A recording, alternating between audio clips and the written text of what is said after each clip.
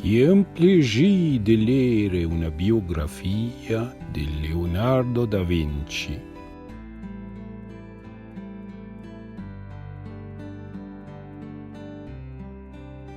Uomo la brame di poi può parlare, ma anche di leghiela tutta inutile e fu.